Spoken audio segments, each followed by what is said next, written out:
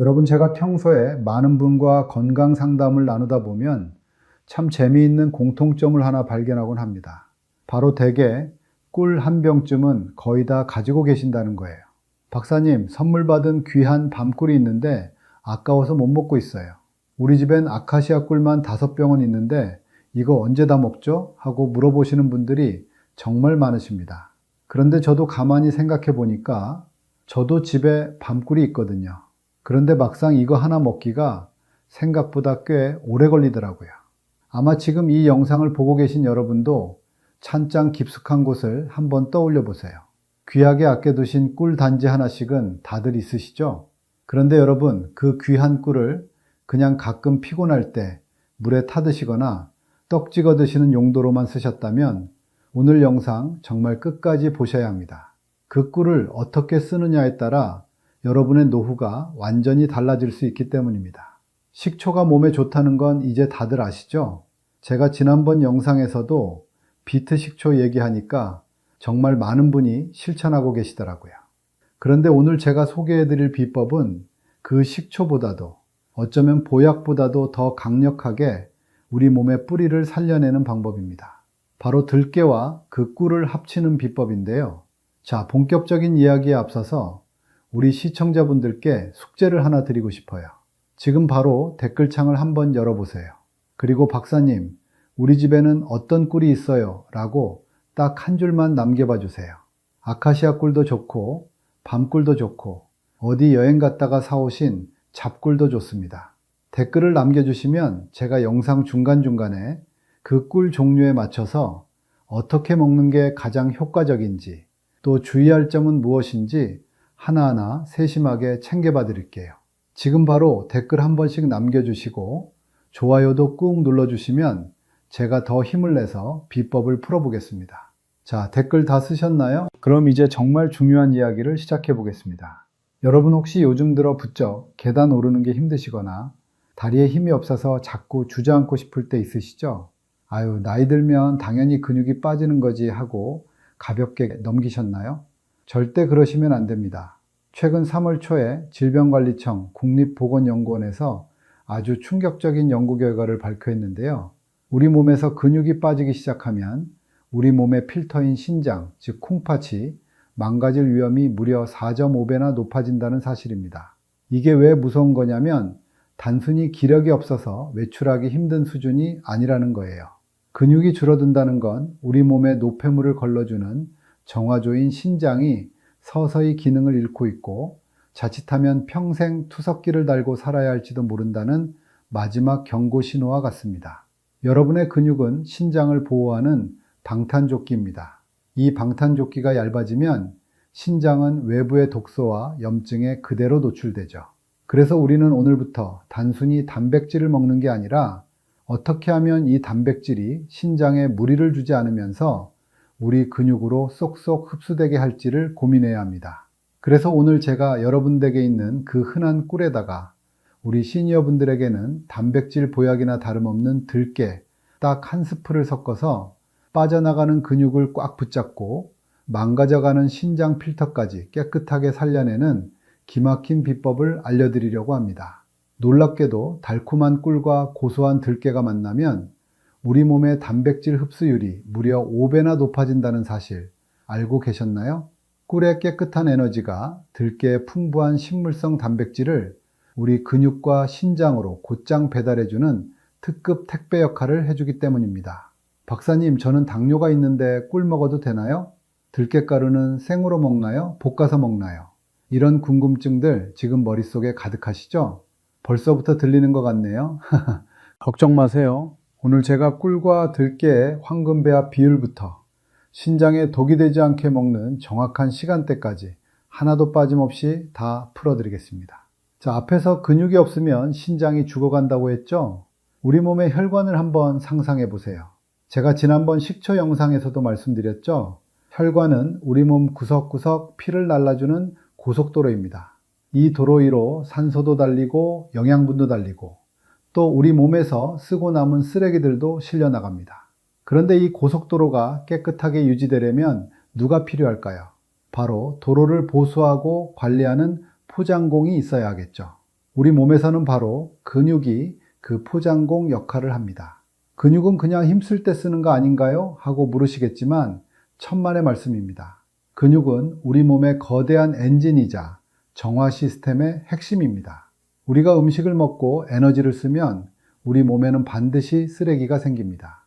그중 가장 대표적인 게 바로 크레아티닌이라는 노폐물이에요.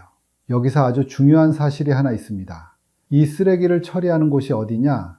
바로 우리 옆구리 뒤쪽에 있는 작은 장기, 콩팥이라 불리는 신장입니다. 신장은 우리 몸에 노폐물을 걸러서 소변으로 내보내는 아주 정밀한 정화조 혹은 필터 같은 곳이죠. 그런데 여러분 한번 생각해 보세요. 우리 몸의 근육이라는 포장공들이 튼튼하게 버티고 있을 때는 이 정화조가 아주 편안하게 일을 합니다. 근육이 혈액순환을 도와서 피를 콸콸 돌려주니까 신장으로 피가 제때제때 들어가서 찌꺼기를 싹 걸러내고 다시 깨끗한 피를 내보낼 수 있거든요. 하지만 나이가 들어서 근육이 줄어들면 상황은 180도 달라집니다. 근육이라는 포장공들이 사라지니까 고속도로는 여기저기 패이고 정체가 일어나기 시작합니다. 피가 예전처럼 힘차게 돌지 못하고 질척거리게 되는 거죠. 그러면 어떤 일이 벌어질까요? 정화조의 신장에 과부하가 걸리기 시작합니다.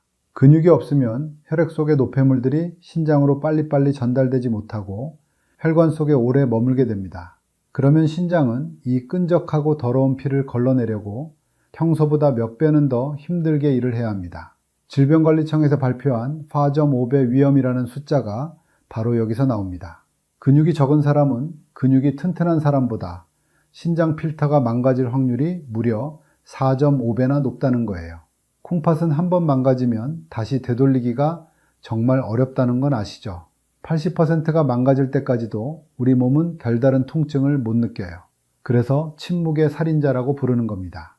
여러분이 어느 날 갑자기 몸이 붓고 소변색이 이상하고 너무 피곤해서 병원에 갔을 때는 이미 늦었을 수도 있다는 뜻입니다.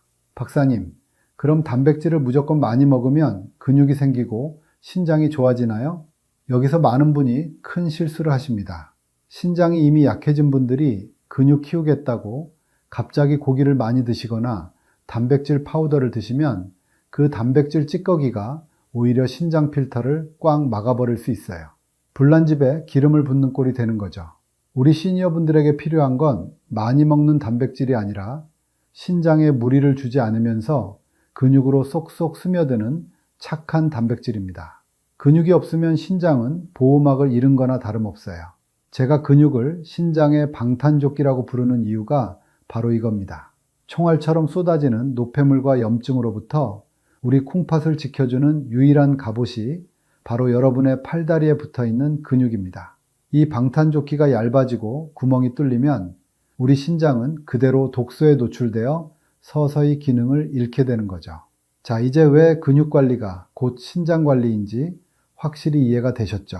하지만 여성분들, 그리고 우리 시니어분들, 솔직히 근육량이 적잖아요? 그래서 제가 준비한 게 뭐다? 꿀이랑 들깨다. 왜 꿀이랑 들깨일까요? 먼저 꿀부터 볼게요. 여러분, 우리 몸을 하나의 거대한 공장이라고 한번 생각해 보세요. 공장이 돌아가려면 원재료가 필요하죠? 우리 몸에서 근육을 만들고 신장을 고치는 원재료는 바로 단백질입니다. 그런데 이 원재료만 공장 앞에 잔뜩 쌓아둔다고 물건이 만들어질까요? 아니죠. 재료를 공장 안으로 들여오고 기계를 돌릴 에너지가 있어야 합니다. 여기서 바로 꿀의 마법이 시작됩니다. 꿀은 인류가 발견한 가장 깨끗하고 강력한 천연 에너지원이에요. 꿀 속에 들어있는 포도당과 과당은 우리 몸에 들어오자마자 복잡한 소화 과정 없이 즉각적으로 혈류에 흡수됩니다. 이게 왜 중요하냐고요? 여러분이 들깨 속에 들어있는 그 귀한 식물성 단백질을 드셨을 때 꿀이 그 단백질을 등에 업고 우리 몸의 세포문을 쾅쾅 두드리는 역할을 하기 때문입니다. 꿀이 세포에게 야, 여기 근육 만드는 귀한 재료 왔다. 얼른 문 열어라 하고 신호를 보내는 거예요. 그러면 세포들이 꿀의 에너지를 받아 기운차게 문을 열고 그때 들깨의 단백질이 쑥쑥 스며드는 겁니다. 그래서 그냥 들깨만 드실 때보다 꿀과 함께 드실 때 단백질 흡수율이 무려 5배 이상 껑충 뛰어오르는 거예요. 억지로 밀어넣는 게 아니라 꿀이 길을 터주고 들깨가 따라 들어가는 완벽한 특급 배송 시스템이 완성되는 거죠. 자, 그럼 이번엔 들깨의 정체를 한번 볼까요? 들깨는 단순한 양념이 아닙니다. 우리 시니어분들에게 들깨는 신장 필터 청소부이자 근육 강화제예요. 들깨 속에는 로즈마린산이라는 아주 귀한 성분이 듬뿍 들어 있습니다. 이 로즈마린산이 하는 일이 정말 기가 막힙니다. 우리 신장 필터에 덕지덕지 붙어 있는 염증 찌꺼기들 있죠? 로즈마린산이 그 찌꺼기들을 싹싹 씻어내는 세제 역할을 해줍니다. 제가 아까 신장은 정화조라고 말씀드렸잖아요. 정화조 필터가 꽉 막히면 물이 안 빠지듯이 우리 신장도 염증이 차면 기능을 잃습니다. 들깨 한 스푼이 그 꽉 막힌 필터를 뻥 뚫어주는 거예요. 여기에 들깨에 알파 리놀렌산이라는 오메가3 지방산이 가세합니다. 이 성분은 혈관벽을 야들야들하게 만들어주고 피를 맑게 해줍니다. 피가 맑아지면 어떻게 될까요? 신장으로 들어가는 피 압력이 낮아집니다. 신장이 훨씬 편안하게 숨을 쉬며 일을 할 수 있게 되는 거죠. 꿀은 신장에 나쁘지 않나요? 당분인데 하고 걱정하시는 분들 꼭 계세요. 자, 우리 백세박사 구독자분들 잘 들으세요. 설탕이나 액상과당 같은 인공 당분은 신장에 독이 됩니다. 하지만 천연꿀은 다릅니다. 꿀 속의 플라보노이드와 폴리페놀은 오히려 신장세포가 산화되고 늙는 것을 막아주는 항산화 방패 역할을 합니다. 특히 우리 시니어분들은 소화력이 떨어져서 고기를 드셔도 근육으로 잘 안 가고 대변으로 그냥 나가는 경우가 많잖아요. 그런데 꿀과 들깨의 조합은 위장에 전혀 부담을 주지 않으면서도 아주 부드럽게 흡수되어 여러분의 허벅지와 엉덩이 근육을 탄탄하게 채워줍니다. 이 기막힌 시너지는 여러분의 몸 안에서 조용하지만 강력하게 일어납니다. 딱 2주만 꾸준히 드셔보세요. 아침에 일어날 때 다리가 붓지 않고 소변이 맑아지며 무엇보다 걸을 때 다리에 힘이 꽉 들어가는 그 기분을 느끼게 되실 겁니다. 자, 이제 이 꿀과 들깨가 얼마나 대단한 녀석들인지 확실히 아셨죠? 그럼 이제 가장 중요한 게 남았습니다. 아무리 좋은 약도 잘못 먹으면 독이 되듯이 꿀과 들깨도 어떻게 먹느냐가 핵심입니다. 당뇨 환자분들은 꿀을 어떻게 골라야 하는지, 들깨는 생으로 먹는 게 좋은지 볶아서 먹는 게 좋은지, 그리고 절대 같이 먹으면 안 되는 음식은 무엇인지 지금부터 그 어디에서도 듣지 못하셨던 백세박사만의 황금 꿀팁을 아주 상세하게 공개하겠습니다. 먼저 재료 준비부터 제대로 해야겠죠? 먼저 꿀을 볼까요? 꿀도 종류에 따라 그 성격이 다르고 우리 근육과 신장에 들어가는 힘이 조금씩 다릅니다. 먼저 가장 흔한 아카시아 꿀부터 말씀드릴게요. 아카시아 꿀은 맛이 은은하고 부드러워서 들깨가루와 섞었을 때 거부감이 가장 적습니다. 특히 아카시아 꿀은 아카세틴이라는 성분이 풍부해서 위장을 편안하게 해줍니다. 소화력이 약해서 단백질 흡수가 잘 안 되는 시니어분들이 들깨와 섞어 드시기에 가장 무난하고 좋은 입문용 꿀이라고 보시면 됩니다. 다음으로 밤꿀 가지고 계신 분들 계시죠? 박사님, 이거 너무 써서 약 같아요 하시는데 맞습니다. 밤꿀은 진짜 약이에요. 밤꿀은 일반 꿀보다 항산화 성분인 페놀 화합물이 훨씬 많이 들어있어서 신장의 염증을 잡아주는 힘이 아주 강력합니다. 만약 내가 요즘 소변색이 탁하거나 몸이 자주 붓는다면 아카시아 꿀보다는 쌉싸름한 밤꿀을 들깨에 섞어 드시는 게 신장 필터 청소에는 훨씬 효과적입니다. 그럼 잡꿀, 야생화꿀은 어떨까요? 이름은 잡꿀이라 좀 서운하지만 사실 들판에 온갖 약초꽃에서 따온 꿀이라 영양성분이 아주 골고루 들어 있습니다. 특별한 질환 없이 전반적인 기력을 높이고 근육을 채우고 싶은 분들께는 이 잡꿀이 오히려 보약이 될 수 있습니다. 자, 그런데 여기서 가장 중요한 문제가 하나 있죠? 바로 사양 벌꿀. 마트나 시장에서 꿀 고를 때 절대 속지 않는 법, 제가 딱 정리해 드릴게요. 첫째, 라벨에서 탄소 동위원 소비 수치를 확인하세요. 이게 꿀의 주민등록번호 같은 건데요. 숫자가 마이너스 22.5 이하여야 합니다. 이하라고 해서 마이너스 20, 마이너스 10 이런 게 아니고요. 마이너스니까 오히려 숫자가 커야 해요. 그냥 라벨에 마이너스 23.5, 마이너스 24.5 이런 식으로 되어 있으면 그걸 사세요. 잘 모르겠으면 댓글에 이렇게 적혀 있는데요 남겨주시면 제가 답글 달아 드릴게요. 사양 벌꿀은 사지 마시고요. 둘째, 결정 현상을 무서워하지 마세요. 꿀이 오래 지나면 바닥에 하얗게 설탕처럼 가라앉는 거 보셨죠? 아이고, 이거 설탕 섞었나 봐 하고 버리시는 분들 계신데, 오히려 천연 꿀일수록 기온이 낮아지면 꽃가루 등의 성분 때문에 하얗게 굳는 현상이 자연스럽게 나타납니다. 진짜 가짜는 물에 탔을 때 알 수 있어요. 진짜 꿀은 찬물에서 쉽게 안 녹고 끈적하게 뭉쳐 있지만 설탕꿀은 그냥 순식간에 녹아버립니다. 마지막으로 주의할 점. 박사님, 꿀은 유통기한 없죠 하시는데, 이론적으로는 그렇지만 우리처럼 들깨와 섞어 드실 때는 개봉 후 1년, 2년 이내에 신선한 꿀을 권해드립니다. 꿀도 공기와 자꾸 만나면 효소 활동이 줄어들거든요. 특히 침 묻은 숟가락으로 꿀 단지를 직접 떠드시면 절대 안 됩니다. 수분이 들어가면 꿀도 상할 수 있으니 꼭 마른 나무 수저를 사용해서 덜어내셔야 해요. 그리고 마누카 꿀 갖고 계신 분들도 많으실 거예요. 마누카 꿀은 뉴질랜드에서 온 귀한 손님이죠. 마누카 꿀은 탄소 동위원 소비로 등급을 매기지 않습니다. 마누카 꿀 병을 자세히 보시면 UMF나 MGO라는 글자가 써 있을 거예요. UMF는 마누카 꿀 특유의 항균 능력을 수치로 나타낸 건데, 최소 UMF 10+ 이상은 되어야 우리가 원하는 신장염증 완화와 근육 보호에 실질적인 도움을 줄 수 있습니다.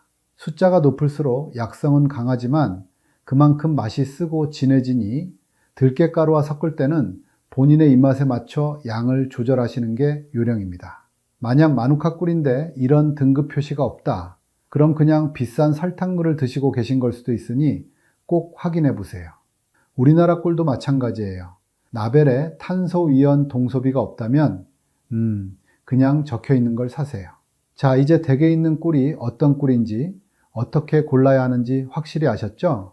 자, 좀 이야기가 길어졌는데 다음 바로 들깨가루 갑니다.